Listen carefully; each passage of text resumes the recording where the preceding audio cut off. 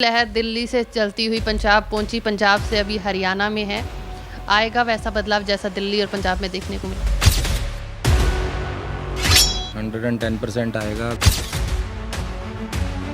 हम पोल्स में नहीं आते, हम सर्वे में भी नहीं आते, हम सीधा सरकार बनाते हैं। बात सच्चाई है इसकी। मुकाबला ना तो बीजेपी के साथ मानता हूँ, ना ही मैं अपना मुकाबला कांग्रेस के साथ मानता हूँ। मेरा मुकाबला भ्रष्टाचार के साथ है। क्या रोड मैप लेकर चल रहे हैं? आपने भ्रष्टाचार की बात की, बेरोजगारी की बात की, शिक्षा की बात की है। आपके पास क्या रोड मैप है? किस रोड मैप पे आप कार्य करेंगे? ये अपने आप को जितना मर्जी साफ़ सुथरा बता दें, ये साफ़ सुथरे कभी हो ही नहीं सकते। जब किसान आंदोलन चल रहा था तब दुष्यंत चौटाला जी के मुंह में कौन सा दही का चम्मच जमा हुआ था?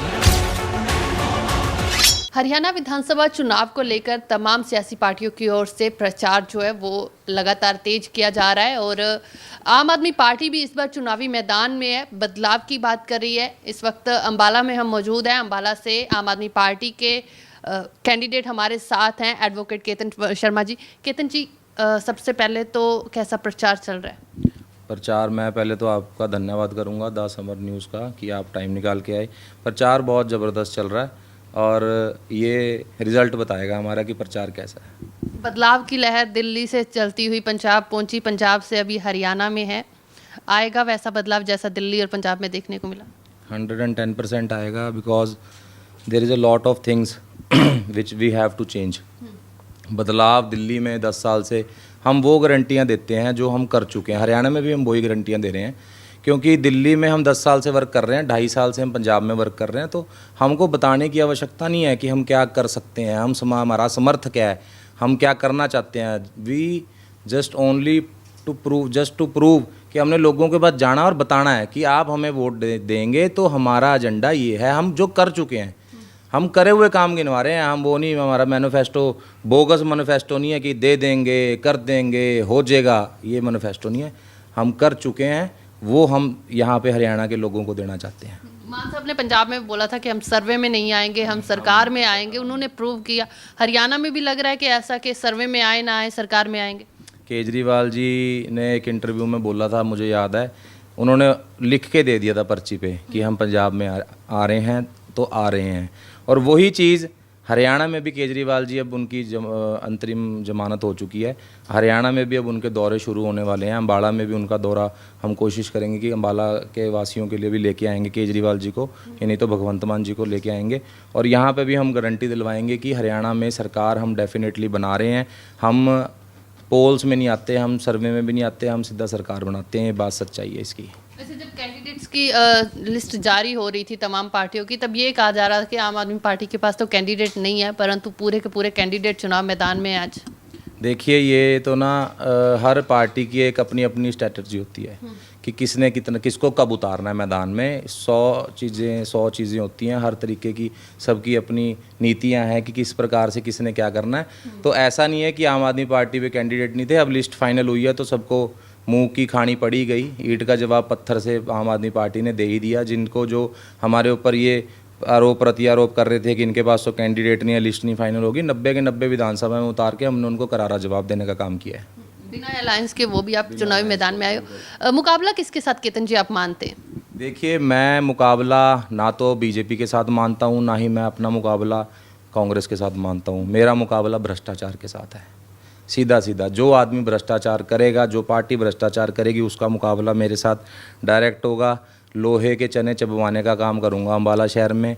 और एक पढ़ा लिखा युवा हूँ, एडवोकेट हूँ और प्रैक्टिशनर एडवोकेट रहा हूँ। पिछले 4 साल से राजनीति में हूँ और पढ़ी लिखी राजनीति करना चाहता हूँ। लोगों को वो मूलभूत सुविधाएं प्रोवाइड कराना चाहता हूँ कि अगर कोई फंड विधानसभा से जारी होता है तो वो बीच में किसी अफसर की जेब की कटौती में ना पड़े, वो सीधा लोगों तक जाए और लोगों की जेबों में जाके लोग उसका फ़ायदा उठा सकें। भ्रष्टाचार की आपने बात की, लोग बात कर रहे हैं कि भ्रष्टाचार तो चरम सीमा पर पहुंच गया हुआ है, बेरोजगारी बहुत है, लोगों को रोजगार नहीं मिल रहा है। शिक्षा के क्षेत्र में देखें या सेहत के क्षेत्र में देखें तो बहुत बुरे हाल है। देखिए, हरियाणा बेरोजगारी में नंबर 1 पे है पूरे भारत में। ये तो हमारे जो सर्वे टीम होती है, जो इंडिया सर्वे टीम, उसमें भी है, ऑनलाइन भी चेक कर सकते हैं। उसके बाद अगर हम भ्रष्टाचार की बात करें तो इस कदर फैला हुआ है। अम्बाला शहर की मैं पर्टिकुलर बात करूँगा अम्बाले शहर में जिन चौकों से हम गुजरा करते हैं उनकी तस्वीर कुछ इस कदर है कि वो भ्रष्टाचार में लीन हुए पड़े हैं। आप देखेंगे कि एक चौक 1986 में बनता है, उस चौक का नाम है मानव चौक। वहाँ पे 1986 में एक मानव की मूर्ति लगा के वो चौक बना दिया गया था। उसके बाद 1996 में ताऊ देवीलाल जी की सरकार आई तो वहाँ पे ताऊ देवीलाल जी की मूर्ति बन गई, पर वो चौक आज भी मानव चौक कहलाता है अम्बाले शहर का। वो चौक 1986 से वहीं स्थित है, उसी तरीके से है।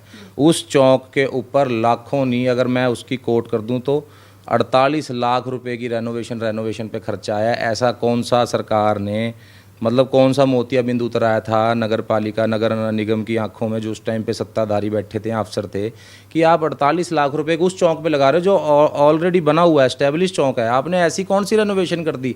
ये एक नहीं, I have the RTI with in my hand and with proof. मैंने डे बाय डे पार्ट्स में वो भ्रष्टाचार अपने सोशल मीडिया पे के थ्रू और न्यूज़ चैनल के थ्रू उसको लोगों के सामने भी लेके आए और लोगों ने उसको बड़ा अच्छा, मतलब उसको समर्थन भी दिया है कि ये अच्छी चीज़ हो रही है। क्योंकि लोगों को पता लगना चाहिए कि आपका हार्डेस्ट अर्नेस्ट टैक्स पेयर की मनी कहाँ इन्वेस्ट हो रही है, कहाँ इन्वेस्ट हो रही है। चौक बेटी बचाओ बेटी पढ़ाओ चौक है, आपने भी देखा होगा, मैडम अम्बाड़ा से निकलते होंगे, बीजेपी नारा देती है बेटी बचाओ बेटी पढ़ाओ का, ठीक है। आपने उस बेटी बचाओ बेटी पढ़ाओ चौक पे 48 लाख रुपए लगा दिए। 10 बाय 10 के चौक में 48 लाख रुपए में मोहाली और जीरकपुर जैसे शहर में फ्लैट आ जाता है 3 BHK, वो भी फर्निश्ड, सेमी फर्निश्ड, ठीक है। और आप यहाँ पे एक लकड़ी का एक गुम्बद बना के उसके अंदर एक बेटी की मूर्ति भी रख के आप उस पर 48 लाख लगा रहे हो और उसकी मेंटेनेंस भी नहीं है, लाइटें टूटी हुई हैं।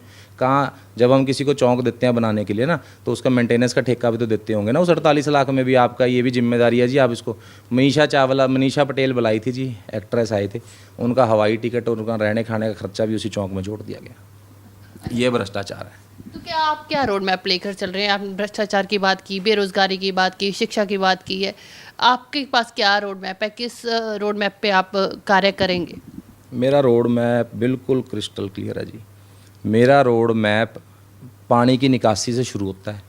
अम्बाड़ा शहर में अगर 10 मिनट की भी वर्षा पड़ जाए ना जी, बारिश हो जाए, तो गिट्टे गिट्टे पानी आ जाता है 10 मिनट की बारिश में, और आधे घंटे की बारिश में गोड्डे तक पानी आ जाता है।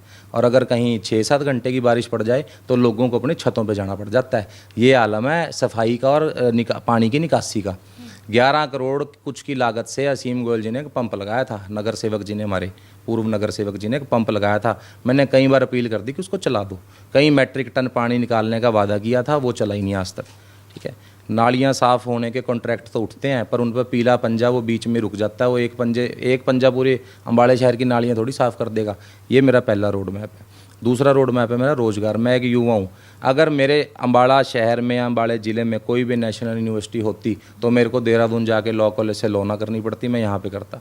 यूनिवर्सिटी आएगी, एजुकेशन बढ़ेगी, एम्प्लॉयमेंट बढ़ेगी, लोगों को रोज़गार मिलेगा, यहीं पे आपके बच्चे पढ़ पाएंगे। हमारे शहर में क्या है, Jain college, DAV college, GRSD college, इनसे हम एजुकेशन की डिमांड करते हैं। इनसे एजुकेशन नहीं निकलती, इनसे कुछ और ही निकलता है। क्यों? क्योंकि हम वो चीज़ प्रोवाइड ही नहीं कर पा रहे ना। वो चीज़ सिर्फ एक नेशनल यूनिवर्सिटीज़ और एक जो मतलब एक मान्यता प्राप्त यूनिवर्सिटी हैं वो लानी होगी हमको। तो ऐसे कॉलेज बंद करवा देने चाहिए अगर उनसे कुछ निकल ही नहीं रहा है। तो मैं बताता हूँ आपको क्यों नहीं निकल रहा। देखिए, हमारा एक शहर का GRSD स्कूल है, उस GRSD स्कूल पे सरकार का कब्जा है। वहाँ का चेयरमैन भी सरकार का आदमी है, वहाँ का सब कुछ। मैं ये नहीं कह रहा कि स्कूल हमारा एजुकेशन का मंदिर है। स्कूल एजुकेशन प्रोवाइड करता है। वहाँ से कुछ निकल इसलिए नहीं पा रहा क्योंकि सीट्स लिमिटेड है। अब अगर आप वहाँ पे 100 लोगों की सीट है तो अगर 110वें बच्चे ने वहाँ पे अप्लाई करेगा तो उसको सीट नहीं मिलेगी, तो वहाँ से क्या निकलेगा? ये मेरा कहने का मतलब है कि वहाँ से निकलेगा, आप क्या निकाल लोगे? 100 बच्चों को पढ़ा के आप कौन सा देश आगे बढ़ा लोगे? हमको अच्छी यूनिवर्सिटीज़ की जरूरत है, अच्छे रोजगार की जरूरत है। दूसरा मेरा रोड मैप है भ्रष्टाचार कैसे खत्म होगा। भ्रष्टाचार जब एक क्रिस्टल क्लियर एक प्रणाली स्थित हो जाएगी ना, मैं सीट पे बैठ जाऊँ और बैठने जा रहा हूँ, मैं क्रिस्टल क्लियर प्रणाली ऐसी सेट करूँगा, ना तो भ्रष्टाचार होगा ना होने दूंगा। उसका मेरा सारा रोड मैप ब्लूप्रिंट बिल्कुल तैयार है और मैं लोगों को अपने मैनिफेस्टो में वो दिखाऊंगा भी। पार्टी के मैनिफेस्टो से अलग एक मेरा पेज होगा जो मैं अम्बाड़ा के लोगों के लिए करना चाहता हूँ। भ्रष्टाचार के चलो आपने बता दिया कि आप ब्लूप्रिंट दिखाओगे, लोगों के लिए लेके आओगे, लेकिन अगर असीम गोयल की बात करें या फिर निर्मल सिंह की बात करें, सियासी धुरंधर हैं दोनों, मुकाबला वो तो बोल रहे हैं हमारा एक दूसरे के साथ है, लेकिन आप बीच में अलग से बदलाव की बात कर रहे हैं। उधर JJP और इनेलो भी सत्ता में है, इस बार 5-5 पार्टियों में मुकाबला। मैं बता देता हूँ जी, जेजेपी बी टीम रही है हमेशा से, बीजेपी की गठबंधन में रहे हैं ये अपने आप को जितना मर्जी साफ़ सुथरा बता दें, ये साफ़ सुथरे कभी हो ही नहीं सकते। जब किसान आंदोलन चल रहा था तब दुष्यंत चौटाला जी के मुंह में कौन सा दही का चम्मच जमा हुआ था जी? तब इनके मुंह से जुबान नहीं निकली। जब आखिरी सरकार के कुछ महीने कुछ रह गए, कुछ दिन रह गए, तब इन्होंने इस्तीफा दे के किसानों को समर्थन दे दिया जी, बॉर्डर एमएसपी नहीं तो सरकार गठबंधन नहीं। ये कौन सा नारा होता है जी? अगर आपको देना ही था, इतना बड़ी स्टेटमेंट देनी थी, जब दिल्ली आंदोलन हुआ था, जब ये किसान यहीं पर आके बैठे थे तभी कर देते। ये इनको भी बैठे काफ़ी टाइम हो गया अब तो, तभी कर देते। सरकार के ख़त्म होने से 2-3 महीने पहले आप कह रहे हो एमएसपी नहीं तो सरकार नहीं, वो तो आपको बीजेपी ने लात मार के निकाला है, आपने क्या सरकार छोड़ी है? ठीक है, तो ये चीज़ें नहीं। दूसरी चीज़ ये बी टीम है। अब आ जाओ जी सीएम गोयल जी पे। एक तरफ भ्रष्टाचारी है तो दूसरी तरफ टांग खींचने वालों की टीम तैयार खड़ी है। ठीक है, एक तरफ भ्रष्टाचारी है अम्बाड़े शहर में और दूसरी तरफ टांग खींचने वालों की टीम तैयार खड़ी है। जितनी मर्जी कोशिश कर लें, 37 कैंडिडेट थे, एक को टिकट मिली, 36 टांग खींचने का काम ऑलरेडी कर चुके हैं शुरू। ठीक है, तो हमारी तरफ से तो वो काम कर रहे हैं, हमारा टांग खींचो जितनी खींचनी है। ठीक है, तो इसलिए आप कह रहे हो कि वो धुरंधर हैं राजनीति के। आप एक चीज़ देखिए, मैं लोगों को बता दूं कि हम कितने सालों से एक ही पैटर्न में राजनीति को देखते आए हैं, हमने कभी बदलाव की तरफ देखा ही नहीं। आप एक युवा चेहरे को मौका दो, आप एक मौका मेरे को दे के देखो। मैं ये दावे से के साथ कह सकता हूँ कि आप मेरे को आँख दिखा के भी काम करवा सकते हो। मैं आपका छोटा हूँ, मैं आपका छोटा भाई हूँ, आप मेरे को आंख दिखा के भी काम करवा सकते हो और आपने उनसे भी काम करवा के देखे हैं, तो आपको उनका भी पता। और आपको एक बार मैं कहता हूँ मेरे को एक मौका दो, मेरे को दोबारा अगले टेन्योर में वोट मांगने जाने की जरूरत नहीं पड़ेगी, लोग मेरे को खुद वोट डाल लेंगे, मैं इतने काम करके दिखा दूँ। चलिए, बहुत बहुत धन्यवाद। तो बिल्कुल एक बड़ा दावा ज़रूर किया गया है कि अगर इस बार ही मौका मिलता है तो नेक्स्ट टाइम पे वोट मांगने की ज़रूरत तक नहीं पड़ेगी और उन धुरंधरों को भी मुंह की खानी पड़ेगी। खैर, अभी ये तो वक्त बताएगा 8 तारीख को कि आखिरकार किसके नाम पर अम्बाला की जनता जो है अपनी वोट देती है, किसके नाम पर मोहर लगाती है। कैमरा पर्सन गगन के साथ शालू मिरोक, अम्बाला।